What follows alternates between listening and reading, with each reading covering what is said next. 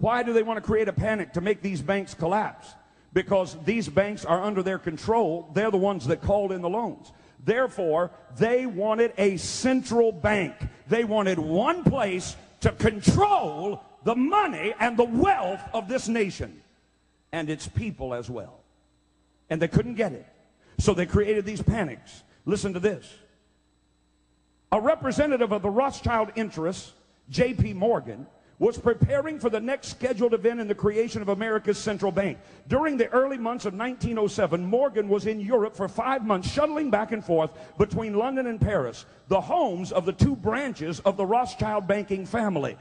The reason Morgan was in Europe was a decision was being made to have Morgan participate or precipitate a bank panic in America. When he returned, he started rumors that the Knickerbocker Bank in New York was insolvent.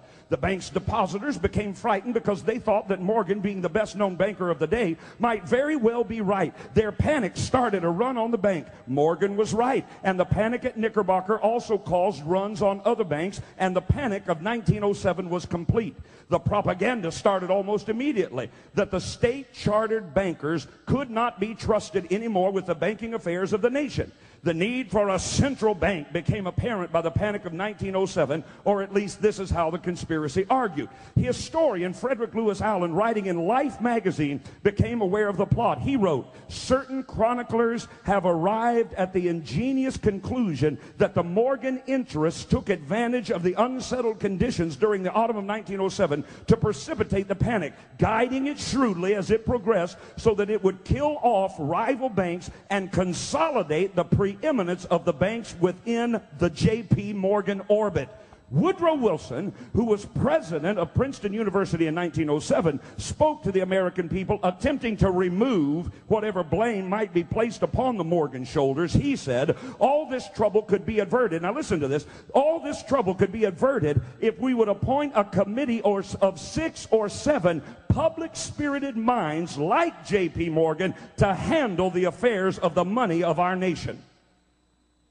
So Wilson wanted to hand over the affairs of the nation to the very person who had caused the panic in the first place, J.P. Morgan and 6 or 7 of his associates. Are you learning anything? Okay, let me hurry.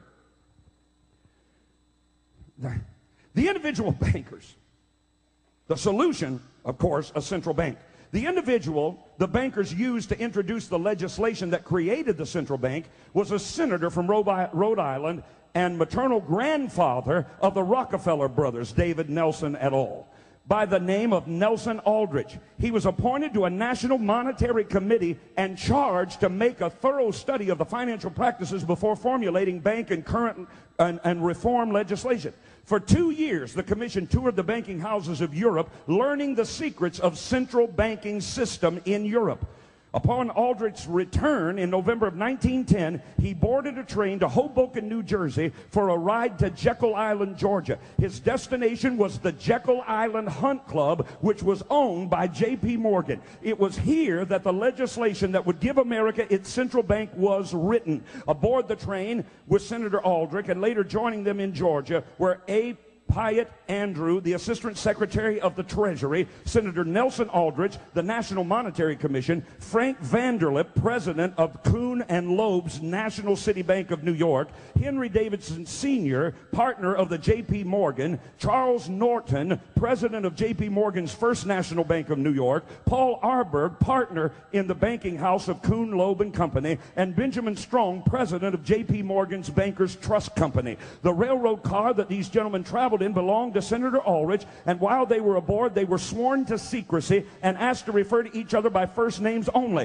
One of those, Mr. Vanderlip, later went on to reveal his role in writing the bill that created the Federal Reserve System. He wrote in the Saturday Evening Post,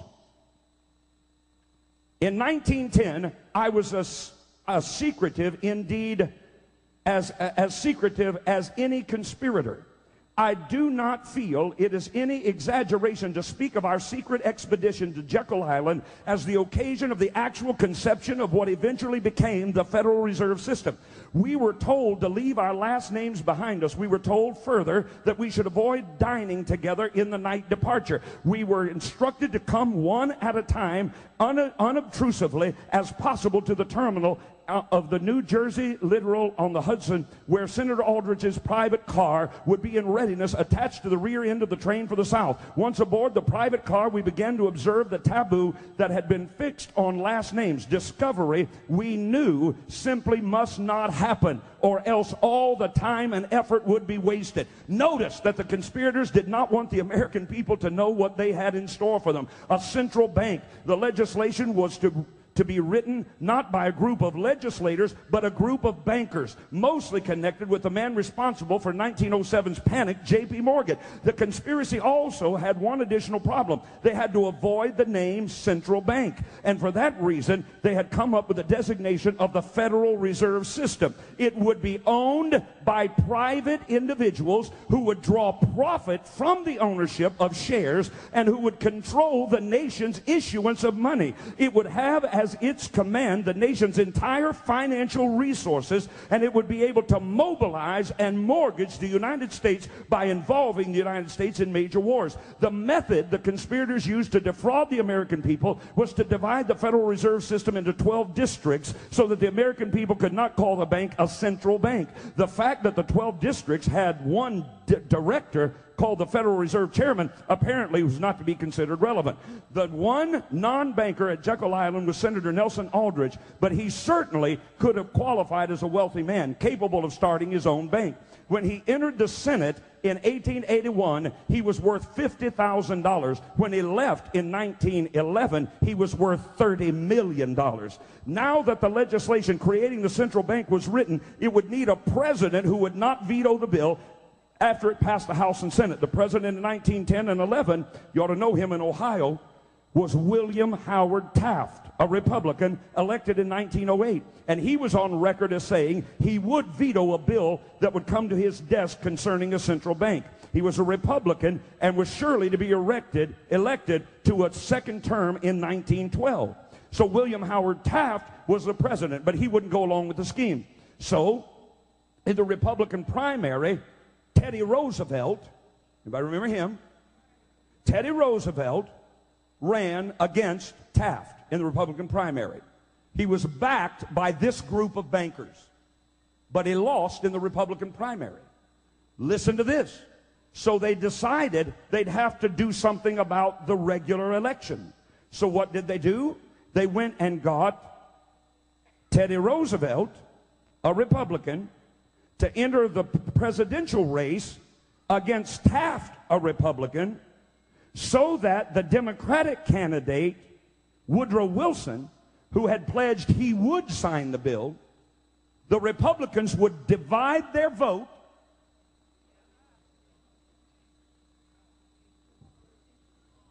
and therefore Woodrow Wilson would be elected with less than a majority vote. Couldn't beat Taft on his own. So then they financed Teddy Roosevelt, a Republican, to run two Republicans in the presidential election, dividing the Republican vote. It's not about Republican or Democrat. I'm simply telling you how these people are able to manipulate the system. So their millions back a candidate, knowing that he's not going to be elected, so that their man can get elected because he will pass the legislation to the central bank. He was elected by less than a majority vote, and the Federal Reserve System came into being. Hello? Watch this. Here's how it works. They print it, we borrow it, and we pay them interest. This is a private company, privately held. They have to pay for postage stamps. They are that far away from the federal government. This is an independent corporation and group of bankers.